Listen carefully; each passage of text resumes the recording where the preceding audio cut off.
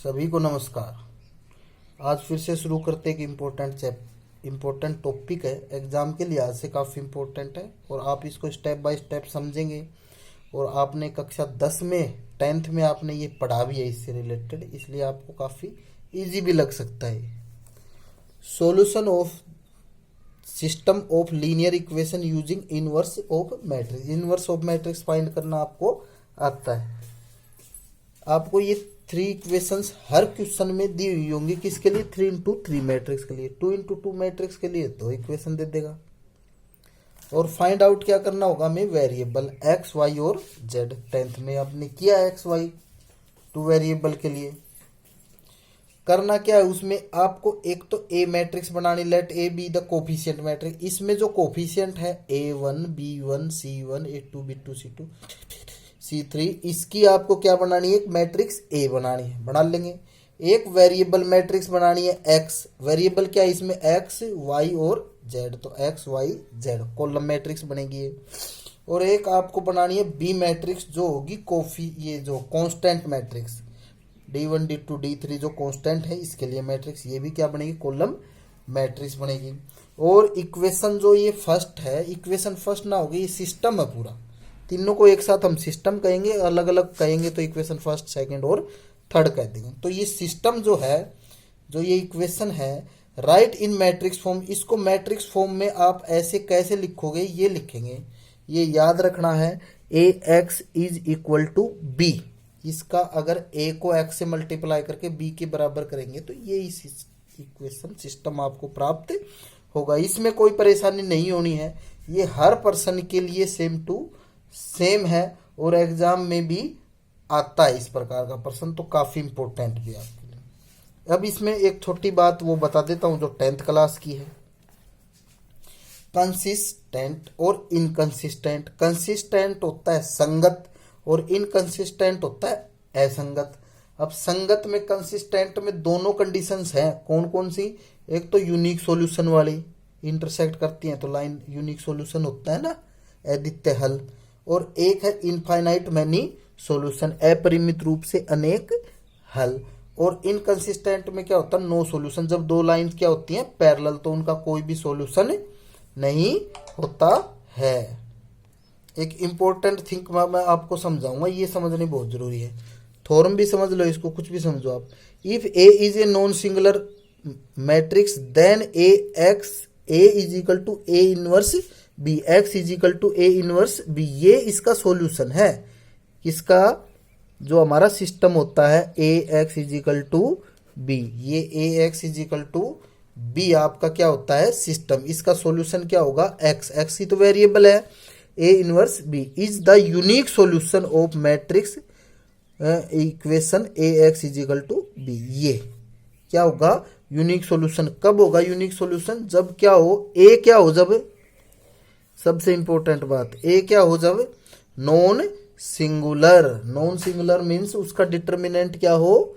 Non zero. अगर non zero determinant आ जाए matrix A का, तो इसका मतलब क्या? उसका यूनिक सॉल्यूशन। ठीक है, अब आ जाओ। अब ये जो है इसको देखो और समझो, ये बहुत ईजी भी है और समझ में भी आएगा। देखोगे सिस्टम ऑफ इक्वेशन आपको दे देंगे, कोई दिक्कत नहीं। वहां से आप मैट्रिक्स ए लिख लोगे, कोई परेशानी नहीं। कोफिशिएंट की मैट्रिक्स ए होती है। फिर उसका क्या चेक करेंगे? डिटर्मिनेंट, सिंगुलर नॉन सिंगुलर के लिए। If determinant A is equal to zero, A is equal to zero, इसका मतलब ए इज इक्वल टू नहीं, A is not equal to zero. A determinant A is not equal to zero, then A inverse exist कर रहा है। इस देखो ये बात यहां लिखी हुई है ऊपर, नॉट इक्वल टू जीरो मतलब नॉन सिंगुलर। नॉन सिंगुलर होने पर क्या होगा? यूनिक सॉल्यूशन है। तो इसका सॉल्यूशन क्या हो गया? X is equal to A inverse B. X is equal to A inverse B is solution. ठीक है, यूनिक सॉल्यूशन। और कैसा सॉल्यूशन होगा ये? Unique solution. अब आ जाओ, इसका दूसरा केस क्या हो सकता है? या ये हो सकता है कि ये क्या आ जाए? जीरो। ये क्या आ जाए? जीरो, मतलब सिंगुलर मैट्रिक्स आ जाए। तो सिंगुलर मैट्रिक्स आ जाए तो 2 केस हो सकते हैं। कौन कौन सा? एक तो रेखाएं क्या हो जाए? समपाती, और एक क्या हो जाए? समानांतर। मतलब एक तो कंसिस्टेंट ही है लेकिन वो क्या हो जाता है, डिपेंडेंट कंसिस्टेंट, मतलब आश्रित संगत, जिसको आप संपत्ति बोलते हो, ठीक है। और एक हो जाएगा क्या, नो सॉल्यूशन, जो पैरेलल होती है उस केस में। अब उस केस में भी देखो क्या करना आपको, ये अगर ये जीरो आ जाए तो इसका हमें क्या फाइंड करना है, एक तो एडजॉइंट फाइंड करना है और उसको किससे मल्टीप्लाई करना, बी से, ठीक है। फिर देखना है अगर वो नॉन जीरो आ जाए तो इसका मतलब उसका कोई भी सॉल्यूशन नहीं है, वो लाइन कभी इंटरसेक्ट नहीं करेंगे, वो लाइन क्या है, पैरेलल है, नो सॉल्यूशन। और अगर adjoint A into B zero आ जाए तो इसका मतलब वो क्या है, कंसिस्टेंट, तो पर कैसी है, डिपेंडेंट, डिपेंडेंट का मतलब आश्रित संगत है, तो इनफाइनाइट मैनी सॉल्यूशन होगा। ये केस जो है ना, ये समझना, सबसे पहला ही काम हमें क्या करना है, एक मैट्रिक्स ए को चेक करना उसका डिटरमिनेंट जीरो है या नॉन जीरो। नॉन जीरो आता है तो कोई बात ही नहीं, उसका एक्स वाई जेड का एक यूनिक सॉल्यूशन होगा। अगर जीरो आ जाता है तो फिर दिक्कत है, तो फिर हमें क्या चेक करना, उसका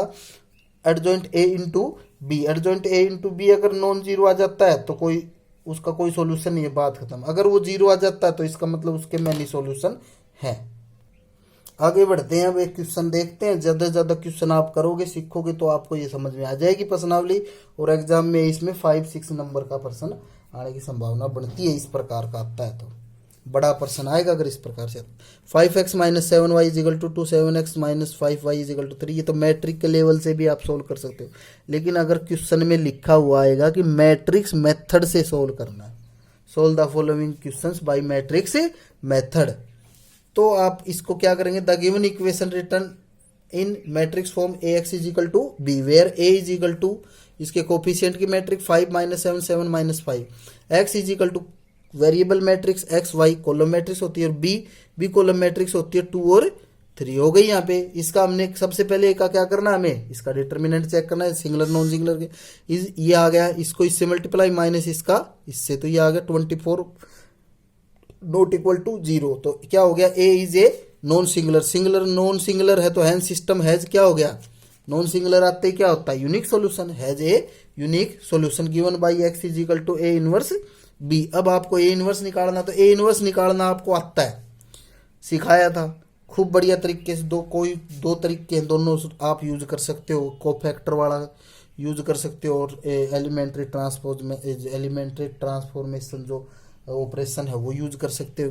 देखो लेकिन कोफिशिएंट वाले से देखो, इसका क्या करेंगे, 1 1 ए 1 1 ये कोफैक्टर, 1 2 ये कोफैक्टर, 2 1 ये कोफैक्टर, 2 2 ये कोफैक्टर, जहाँ ओड है वहाँ पे माइनस लगा देंगे, साइन चेंज कर देंगे, और एडजॉइंट ए आ जाएगा यहाँ से, ये मैट्रिक्स लिख दी इसके कोफैक्टर की, उसका ट्रांसपोज, फिर ट्रांसपोज कर दिया, एडजॉइंट ए आ गया।